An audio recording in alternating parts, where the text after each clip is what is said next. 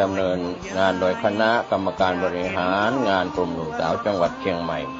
ก็เชิญท่านผู้ที่สนใจจะได้เดินทางไปร่วมฟังเทศน์บำเพ็ญกุศลกับรายการรถด่วนขบวนพิเศษทั้ง3ขบวนตั้งแต่ขบวนที่1จนถึง13ได้บุญได้กุศลจากการฟังธรรมบำเพ็ญบุญบารมีอรังหังสัมมาสัมพุทโธภควาพุทธังภควันตังอภิวาเทมิกราบพระพุทธสวากขาโตภควตาธัมโมธัมมังนัมัสสามิกราบพระธรรมสุปฏิปันโนภควโตสาวกสังโฆสังฆังนัมมามิกราบพระสงฆ์นะโมตัสสะภะคะวะโตอะระหะโตสัมมาสัมพุทธัสสะนะโมตัสสะภะคะวะโตอะระหะโตสัมมาสัมพุทธัสสะนะโมตัสสะภะคะวะโตอะระหะโตสัมมาสัมพุทธัสสะขอนอบน้อมแด่พระผู้มีพระภาคเจ้าพระองค์นั้นซึ่งเป็นผู้ไกลจากกิเลสตรัสรู้ชอบได้โดยพระองค์เองขอความผาสุกความเจริญในธรรมจงมีแก่ญาติแก่โยมท่านผู้ฟังทั้งหลายอันเป็นที่รักเป็นที่นับถือของตุเจ้าทุกท่านทุกคนทุกสารทิศที่เป็นมิตรในทางธรรมก็มาพบปะกันอีกเช่นเคยในรายการธรรมะก่อนนอนมาพบกันเป็นประจำทุกวันอังคารตั้งแต่เวลาเดี๋ยวนี้เป็นต้นไป1 ชั่วโมงโดยประมาณอาตมาภาพพระครูอาทรวิสุทธิคุณเจ้าคณะอำเภอหางดงเจ้าอาวาสวัดหนองตองตำบลหนองตองอำเภอหางดงจังหวัดเชียงใหม่นำรายการนี้มาพบกับญาติกับโยมเป็นประจำณทางสถานีวิทยุคลื่นพระพุทธศาสนาจริยธรรมศีลธรรม104.50 วัดฝายหินอำเภอเมืองจังหวัดเชียงใหม่อย่างไรก็ตามก่อนอื่นนั้นต้องขออนุโมทนาขอบใจต่อท่านเจ้าหน้าที่ทุกท่านทุกคนที่อำนวยความสะดวกในการเปิดเทปเสียงแห่งธรรมะให้แก่ญาติแก่โยมที่อยู่ทางบ้านได้รับฟังกันตัวเจ้าก็ต้องขออนุโมทนาขอบใจบูชาน้ำจิตน้ำใจของญาติของโยมทุกท่านทุกคนที่ติดตามฟังรายการนี้มาโดยดีตลอดซึ่งระยะนี้เวลาเดี๋ยวนี้ถ้าจะว่าดึกก็ดึกแล้วนะโยมนะ4 ทุ่มแล้วถ้าเป็นหน้าร้อนก็พอยังดีนี่เข้ามาสู่หน้าหนาว4 ทุ่มดึกมากระยะนี้ก็เป็นระยะที่ฝนตกอากาศก็เย็นสบายโยมน่าจะนอนหลับพักผ่อนได้สบายแต่ต้องมาฟังธรรมะจากตุเจ้าวัดหนองตององค์นี้อยู่ก็หนาวลมให้ห่มผ้าหนาวฟ้าให้ผิงไฟ เมื่อญาติโยมหนาวหัวใจเมื่อไหร่ก็ห่มธรรมะ ธรรมะของพระพุทธเจ้านี่ญาติโยมทำให้เรามีความสุขมีความอบอุ่นไม่ร้อนไม่หนาวไม่กระวนกระวายสงบสะอาดนิ่งเพราะเรามีธรรมะเป็นยาคือธรรมะโอสถชโลมใจอยู่ตลอดเวลารายการนี้ไม่ใช่รายการสดเป็นรายการบันทึกเสียงธรรมะวันที่อาตมาภาพบันทึกเสียงธรรมะนี้วันนั้นตรงกับวันศุกร์เวลาประมาณเกือบ17 นาฬิการะหว่างที่กำลังนั่งบันทึกเสียงธรรมะนั้นมีแดดไม่มีฝนตกแต่ตอนเช้ามีฝนตกแต่เวลาที่นั่งบันทึกเสียงธรรมะไม่มีฝนตกแล้วก็วันเดียวกันนี้อาตมาภาพหลังจากฉันเพลแล้วก็ออกวัดไปเยี่ยมเยือนหาพระเพื่อนสหธรรมิกไปดูบ้านโยมที่ประสบภัยพิบัติน้ำท่วมน้ำหลากคืออุทกภัยนั่นเองก็ขอให้กำลังใจต่อโยมทุกคนนะที่ติดตามฟังรายการนี้บางคนก็เจอน้ำท่วมตั้งหลายครั้งนะก่อนที่อาตมาภาพจะนั่งบรรยายธรรมะนี้โยมญาติและโยมน้องที่อยู่บ้านอ้อยแม่ริมก็โทรมาแจ้งว่าเดี๋ยวนี้น้ำขึ้นบันไดไปถึงซี่ที่3แล้วถ้าจะลงบ้านไปนี่ก็เกินเอวขึ้นไปแล้วท่วมทุกหลังคาเรือนสายที่อยู่ทางนอกอาตมาก็เลยถามว่าถ้างั้นใครเอาอาหารมาแจกมาจ่ายหน่วยงานของราชการอันเป็นทหารโอ้ญาติโยมทหารไปทุกคนทุกแห่งทุกที่ทหารไม่ใช่มีไว้รบอย่างเดียวป้องกันประเทศชาติป้องกันแผ่นดินอย่างเดียวทหารของพระราชานี่ทำทุกสิ่งทุกอย่างช่วยเหลือสงเคราะห์เมื่อเกิดภัยพิบัติน้ำท่วมไฟไหม้เกิดวาตภัยเกิดพายุแรงที่ไหนทหารตำรวจไปนี่ทหารทั้งนั้นไปทั่วประเทศทุกภาคของจังหวัดของประเทศไทยของเราของทุกจังหวัดที่เกิดภัยพิบัติแต่มาอยู่หนองตองก็มีทหารไปทำอาหารไปมอบไปแจกไปจ่ายแก่ผู้ที่ประสบอุทกภัยน้ำท่วมญาติที่แม่ริมก็บอกว่าทหารนั่นแหละ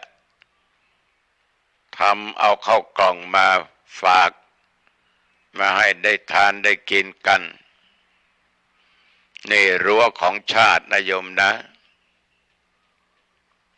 รั้วของชาติเราต้องรักษาไว้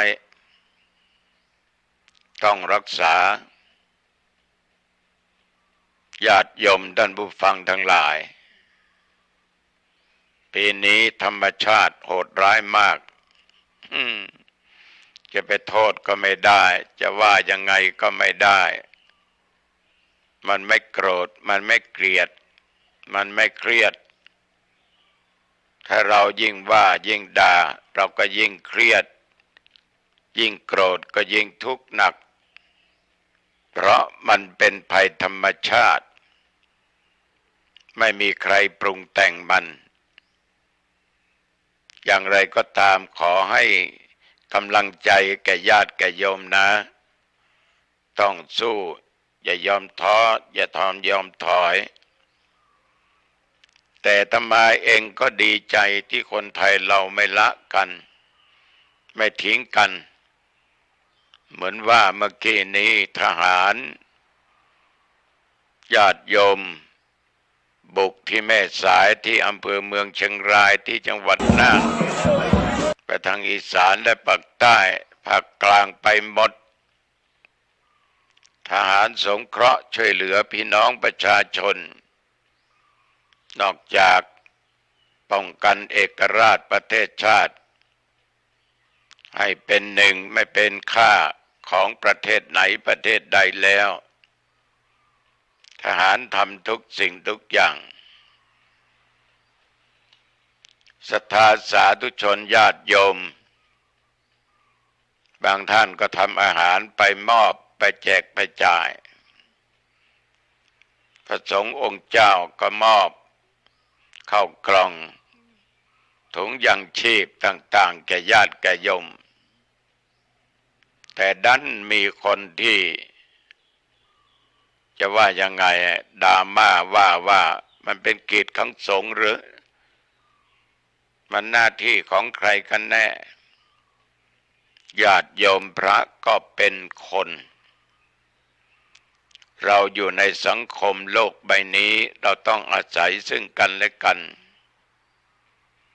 มันไม่ผิดใดๆทั้งสิ้นไม่มีประตูเสียมีแต่ประตูดีหน้าที่ของพระสังฆาธิการหนึ่ง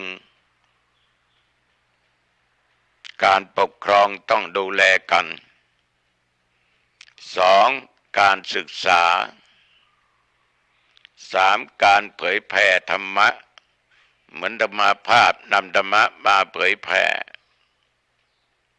สี่สาธารณูปการก่อสร้างการปลูกสร้างกุฏิวิหารโบสถ์ศาลากำแพงเหล่านี้เป็นต้นแล้วก็ห้าศึกษาสงเคราะห์ให้ธรรมะให้ศีลธรรมแก่เยาวชนช่วยเหลือสังคมให้ทุนการศึกษาแก่นักเรียนนักศึกษาผู้ที่ด้อยโอกาสได้รับทุนการศึกษาเรียนต่อจนบางคนนั้นจบได้ทำการทำงานแล้วสาธารณสงเคราะห์ไฟไหม้น้ำท่วมเกิดภัยพิบัติต่างๆประสงค์องค์เจ้าตั้งแต่ระดับผู้ใหญ่ลงมาจนถึงเจ้าอาวาสและผู้ช่วยเจ้าอาวาสพระลูกวัดก็ต้องสงเคราะห์ญาติโยมเนี่ยบางองค์เนี่ยน้ำท่วมน้ำหลากในญาติโยมออกไปช่วยญาติโยมก็ร่วมบริจาคหางดงออกไปถึงเชียงรายไปต่างอำเภอต่างจังหวัดมาแล้วและหลายองค์ญาติโยมนำญาติโยมเอาเข้าห่อไปแจกไปจ่ายแต่มาก็ทำมาได้หลายวันแล้วเพราะเราเป็นเพื่อนมนุษย์ร่วมโลกร่วมชีวิตเดียวกันใครได้รับความลำบากเราก็ต้องช่วยเหลือซึ่งกันและกันแต่มาเป็นพระสงฆ์ก็ได้รับการอุปถากอุปถัมภ์ดูแลจากญาติจากโยมทุกท่านมาด้วยดีตลอดไม่ว่าอาหารบิณฑบาตและอื่นๆ ฉะนั้นมันก็เป็นหน้าที่ของพระสงฆ์สิ่งไหนที่เราช่วยได้เราก็ช่วยมันเป็นการสงเคราะห์ซึ่งกันและกันไม่ใช่ว่าตัวเจ้าไปช่วยญาติโยมงมปลาไปหาปลานะไม่ใช่มีอาหารการกินก็มาแบ่งไปปันมีอะไรก็ช่วยเหลือ ความคิดอย่างนั้นน่ะโยมเป็นความคิดของแต่ละบุคคลย่อมจะมีสิทธิคิดว่ายังไงก็ได้แต่ตัวเจ้าบอกว่านี่คือหน้าที่เราจะต้องอาศัยซึ่งกันและกันเพราะเราต้องอยู่ร่วมโลกใบนี้ด้วยกันอยู่ยิ่งเราเป็นญาติร่วมชีวิตอาตมาถือว่าเป็นญาติถึงเราจะไม่ได้เกิดท้องแม่เดียวกันนามสกุลเดียวกันเราก็เป็นญาติกันในไม่ช้าไม่นานเราก็ต้องพรากจากกันไปไม่ว่าใครคนใดคนหนึ่งฉะนั้นเราอยู่ในสังคมนี้มันเหมือนกับต้นไม้ที่มันเกิดความเป็นป่าเป็นดงเป็นลำต้นไม่ว่าจะเป็นไม้ชนิดไหนชนิดใดก็ตามญาติโยมท่านผู้ฟังต้นไม้นั้นย่อมจะมีคุณค่าอย่างน้อยช่วยต้านลมพายุให้แก่กันแม้แต่ต้นไม้ก็ต้องอาศัยซึ่งกันและกันถนนสายลำพูนสารพีเมืองเชียงใหม่ต้นไม้ยางสองข้างทางเรานั่งรถไปร่มรื่นถามว่ามีอันตรายไหมก็มีแต่มันก็ไม่ได้เกิดทุกวันญาติโยมต้นไม้ก็ให้ร่มยังให้ประโยชน์หลายอย่างหลายประการใบใช้มุงก็ได้ลำต้นปลูกบ้านทำอะไรก็ได้รากเป็นยาสมุนไพรก็มีเรียกว่าใช้ได้ทุกส่วนของต้นไม้ถ้าเป็นต้นไม้ในหมู่เดียวกันก็ช่วยต้านลมให้ต้นไม้นี่จะใหญ่โตขนาดไหนก็ตามต้นไม้ต้นนั้นอยู่กลางทุ่งกลางนาไม่มีต้นไม้อื่นห้อมล้อมเกิดลมแรงพายุหมุนมาต้นไม้ต้นนั้นก็ล้มได้ง่าย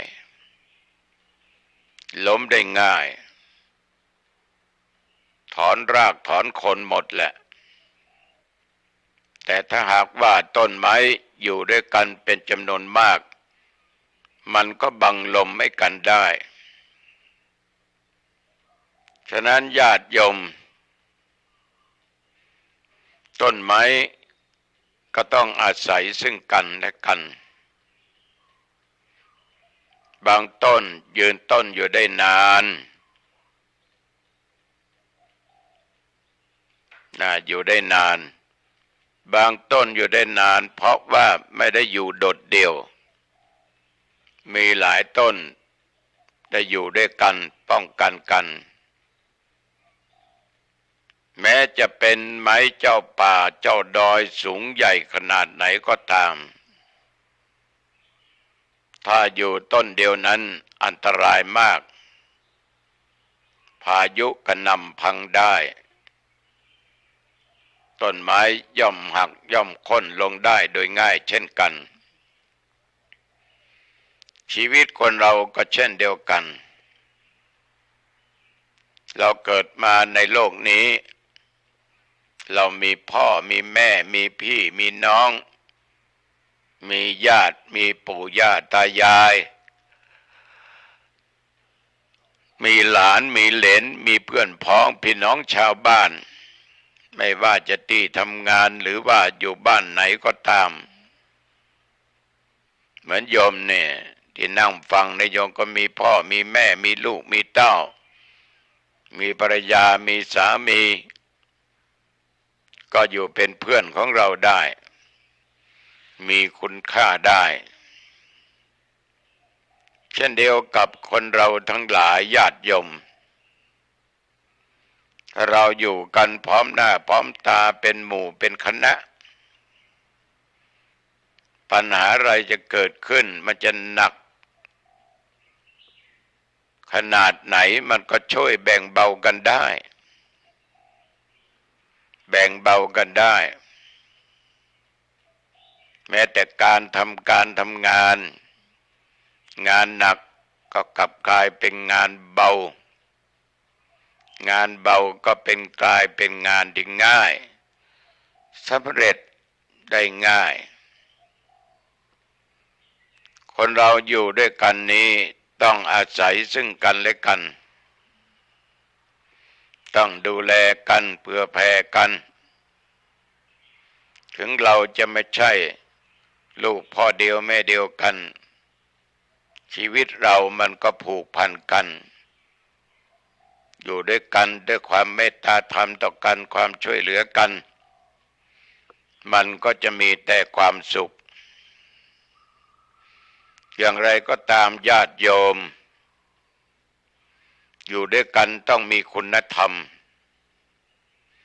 กำจัดสิ่งที่มันไม่ดีสิ่งที่มันสกปรกที่มันเป็นมรสุมชีวิตในทางที่บดีผ่อนหนักให้กลายเป็นเบาได้มีปัญหาปรึกษาหารือกันได้กับเพื่อนฝูงมิตรอยู่ใกล้อยู่ไกลสามารถช่วยแก้ไขปัญหาให้กันได้คือปัญหาบางอย่างนั้นเราคิดไม่ออกแต่เพื่อนฝูงนะคิดออกได้เมื่อมีคนคิดให้เราได้เราก็สบายฉะนั้นเราอยู่ด้วยกันนี้มันก็เป็นสิ่งหนึ่งที่ต้านมรสุมชีวิตให้แก่กันและกันผ่อนหนักกลายเป็นเบาและเมื่อทำดีที่สุดก็จะมีทางเจริญก้าวหน้าก็มีคนให้การสนับสนุนยกย่องเชิดชูฉะนั้นญาติโยมต้นไม้ก็สำคัญคนเราทั้งหลายก็สำคัญไม่ว่าโยมและอาตมภาพแต่ก็มีปัญหาที่เขาถามญาตินั่นคือใครจะนับคนเช่นไรเป็นญาติวันนี้พูดให้ญาติโยมฟังญาติทางธรรมก็มีญาติทางสายโลหิตก็มีเพราะคำว่าญาตินี่แปลว่าคนที่คุ้นเคยกันคุ้นเคยยังไม่พอนะโยมนะต้องใกล้ชิดกันนะก็หมายถึงบุคคลที่คุ้นเคยและก็สามารถที่จะไว้วางใจกันได้อาตมาได้บอกโยมไปกี้ว่าญาตินั้นน่ะมีสองประเภทคือญาติทางโลกกับญาติทางธรรมญาติทางโลกนี่ญาติโยมทั้งหลายมันยังแบ่งออกอีกโดยสายโลหิตเช่นอาตมาภาพนอกจากสืบสายโลหิตมาจากโยมพ่อโยมแม่อาตมาก็เป็นลูกคนโตเป็นเกาต์นะไม่เอานะมันปวดมันเจ็บเป็นลูกคนโตมีน้อง8ทั้งหมด9คนทั้งกับอาตมาภาพผู้หญิงดูเหมือนว่า ก็มี2 คน3 คนมี2 คนนอกนั้นก็จะเป็นผู้ชายหมดแต่ปัจจุบันนี้พี่น้องญาติสายโลหิตนี่ที่เกิดท้องแม่เดียวกันมาได้จากกันไป3 คนเป็นผู้ชายทั้ง3ปัจจุบันนี้ก็เหลือ6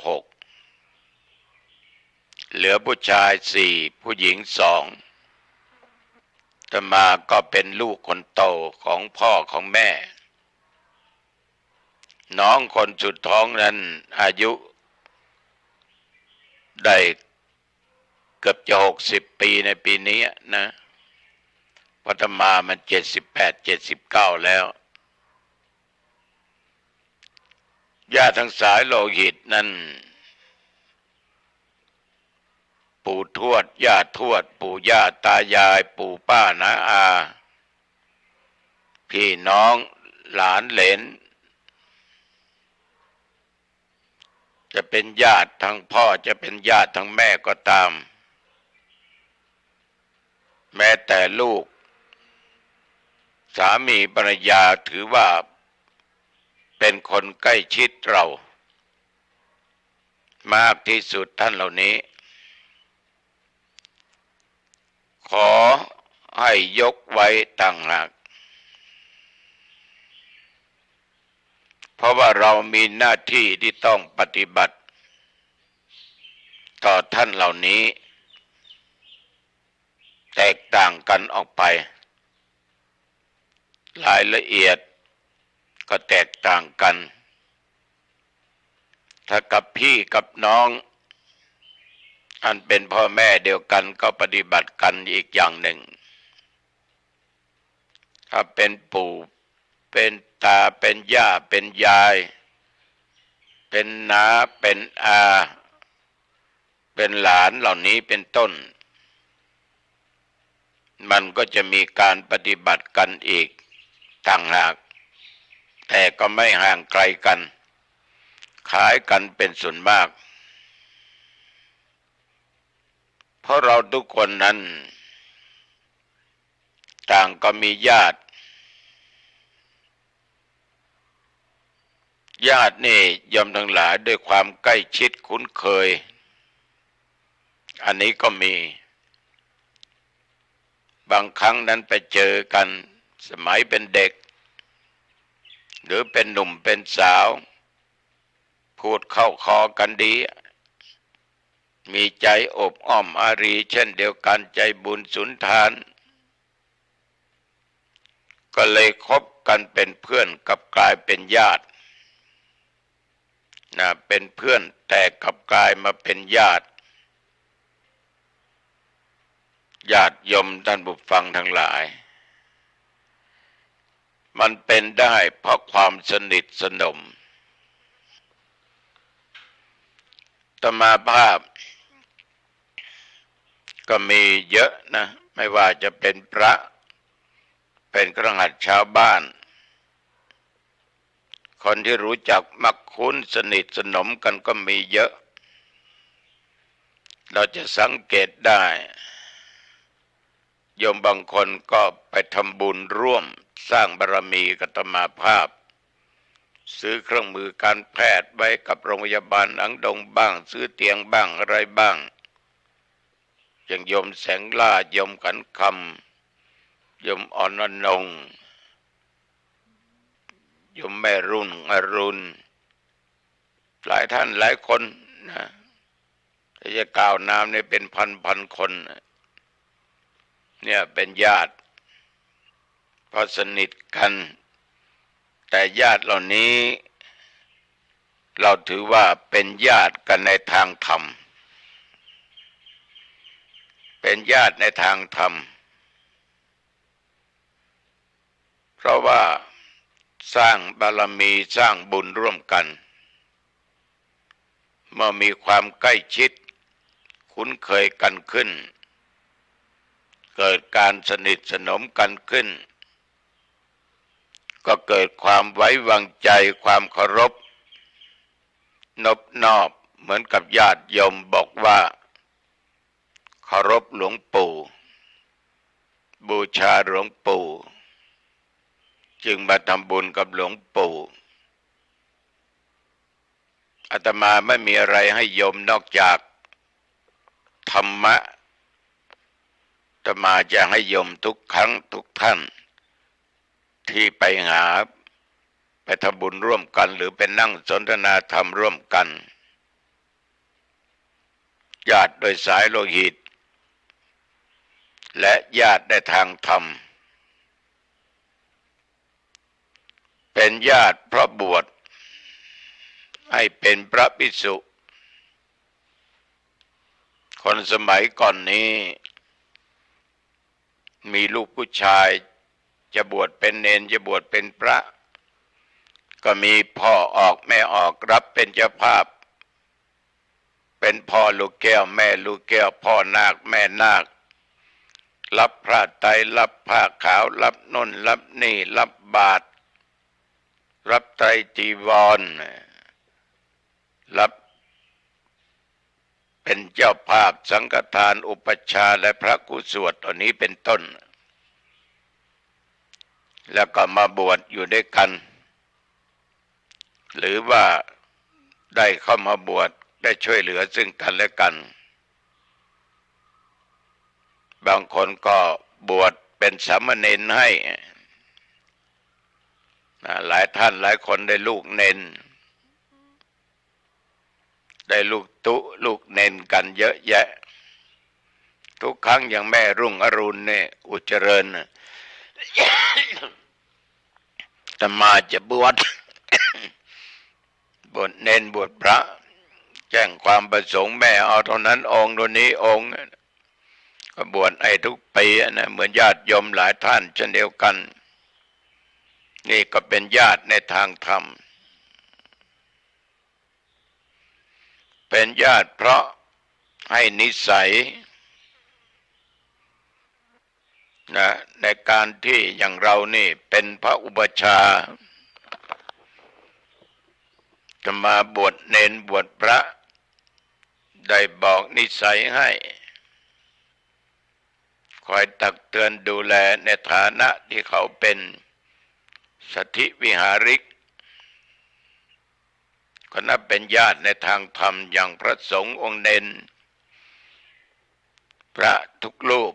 เณรทุกองค์เราก็เป็นญาติในทางธรรมครูบาอาจารย์มหาเถระอันเป็นที่เคารพนับถือก็เป็นญาติในทางธรรมเป็นญาติประสอนธรรมะให้กันและกันเหมือนญาติโยมบางท่านไปนั่งสนทนาธรรมกับอาตมาภาพก็เป็นญาติแห่งธรรมะเราให้ธรรมะซึ่งกันและกันสนทนาธรรมมีญาติโยมบางท่านบางคนนี่ไปนั่งสนทนาธรรมตั้งแต่ชีวิตในการเป็นนักเทศน์มาเนี่ยเจอโยมคนหนึ่งนะ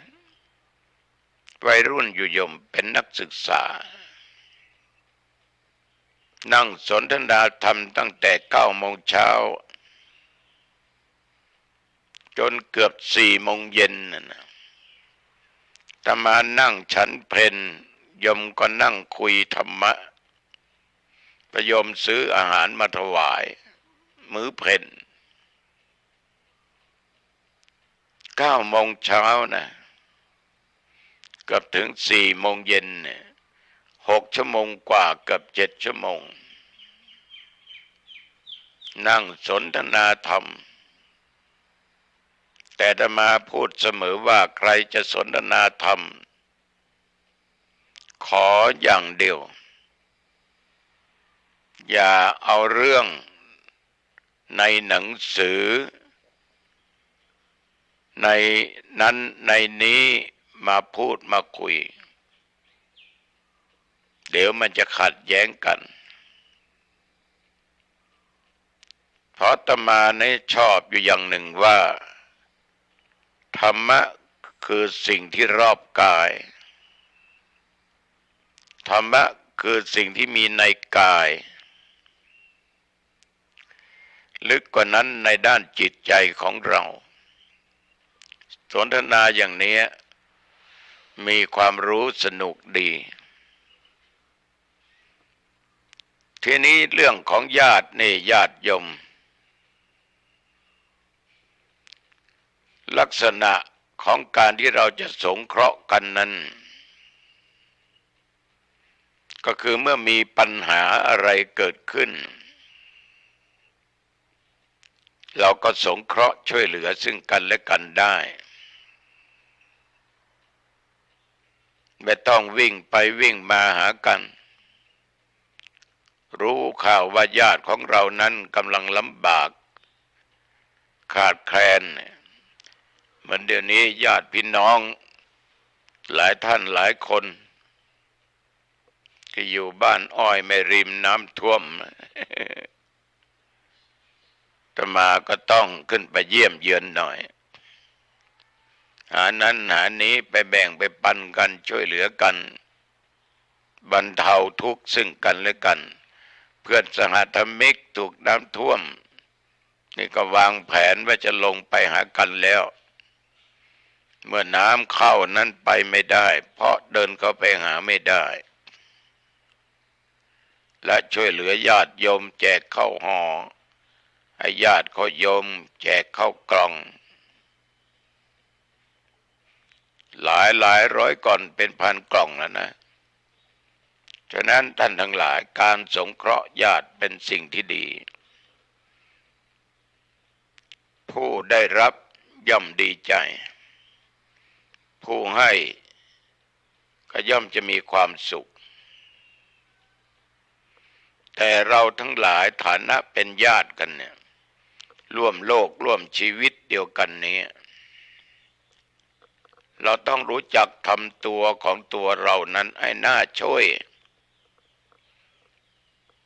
คือเป็นคนที่มีความประพฤติดีไม่ยุ่งเกี่ยวกับอบายมุขไม่เป็นนักเลงสุราเล่นการพนันไม่เป็นนักเลงเจ้าชู้หญิงชายไม่เป็นคนอันธพาลเกกเมเรกไม่เป็นคนเกียจคร้าน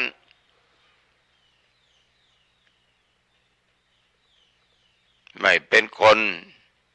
ที่เรียกว่าเมาอยู่วันยังค่ำพูดก็ไม่ฟังบอกก็ไม่เชื่อก็เรียกว่าทำตัวไม่เข้าท่าไม่น่าช่วยฉะนั้นนอกจากทำตัวให้ดีต้องเป็นบุคคลที่ควรคารวะควรเคารพนอบน้อมคนนั้นจะต้องเป็นคนรู้จักถ่อมตัวถ่อมตนมีน้ำจิตน้ำใจอบอ้อมอารีมันน่ารักเราอบอ้อมอารีคนอื่นคนอื่นก็อบอ้อมอารีเรา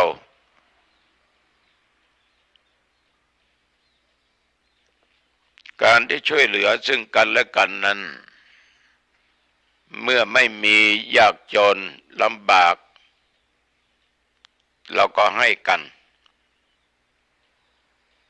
ขาดทุนทรัพย์เป็นญาติพี่น้องก็ช่วยกันลงทุนให้กันขาดยวดยานพาหนะก็ช่วยกันแบ่งเบากันได้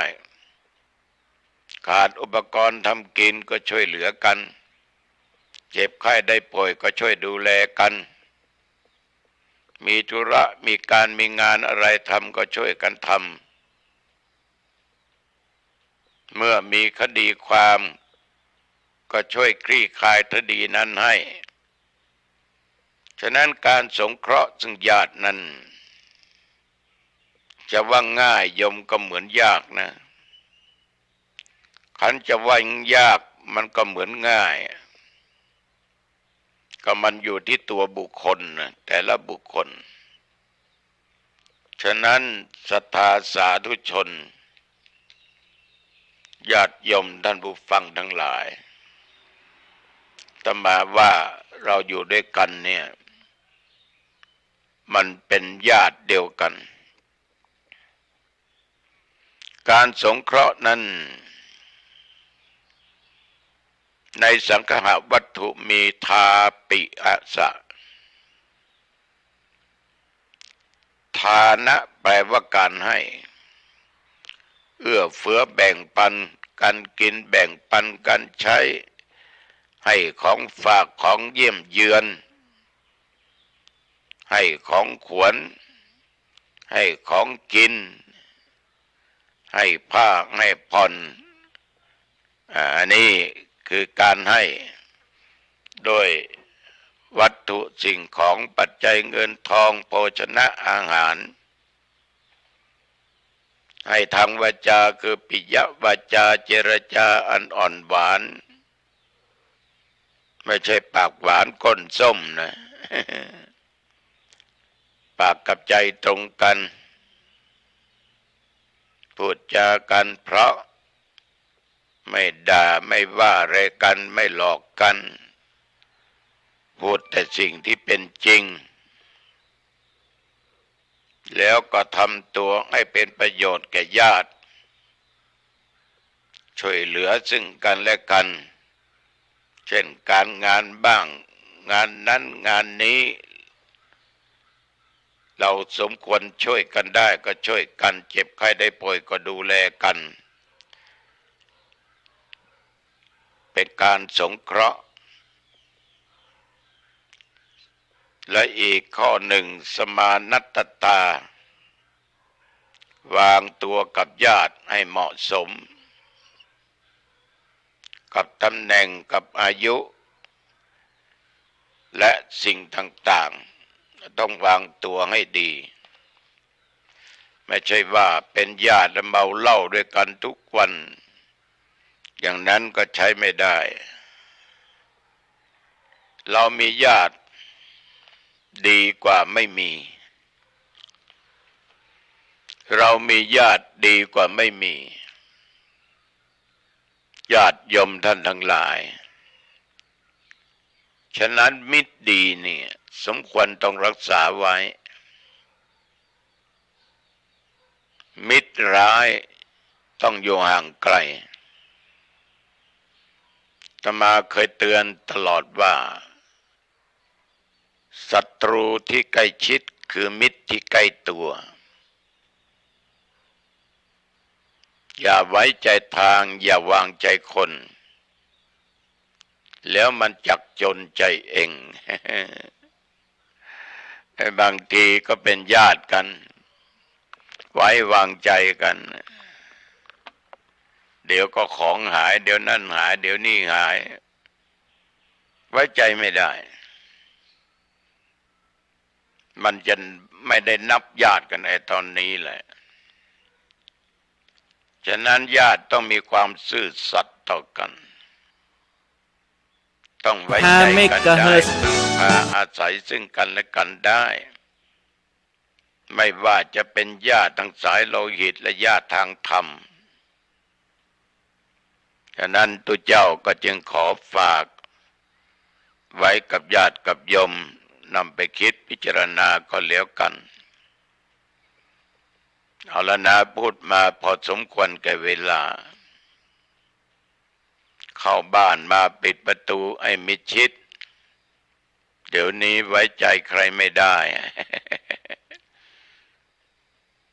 ขึ้นบ้านปิดประตูบ้านหน้าต่างให้เรียบร้อยเก็บของมีค่า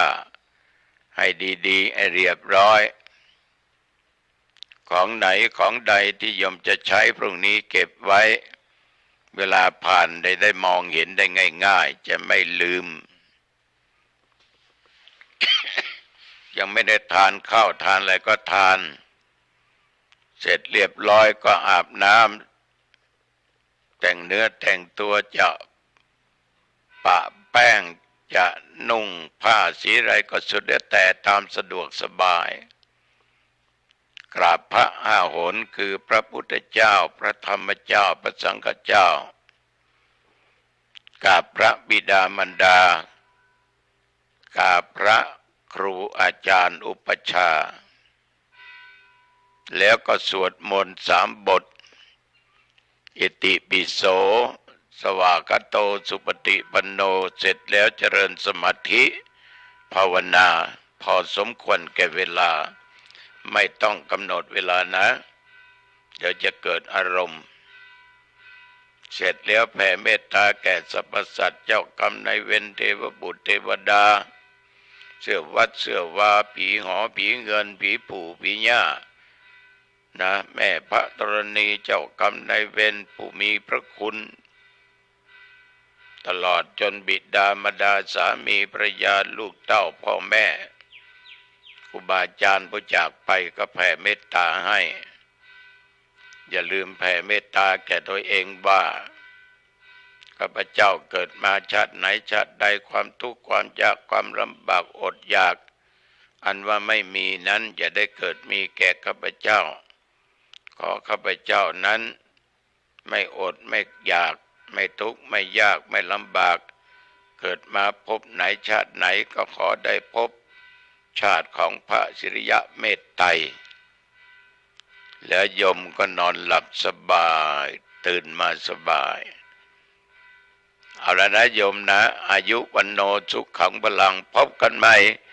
โอกาสหน้าเจริญพร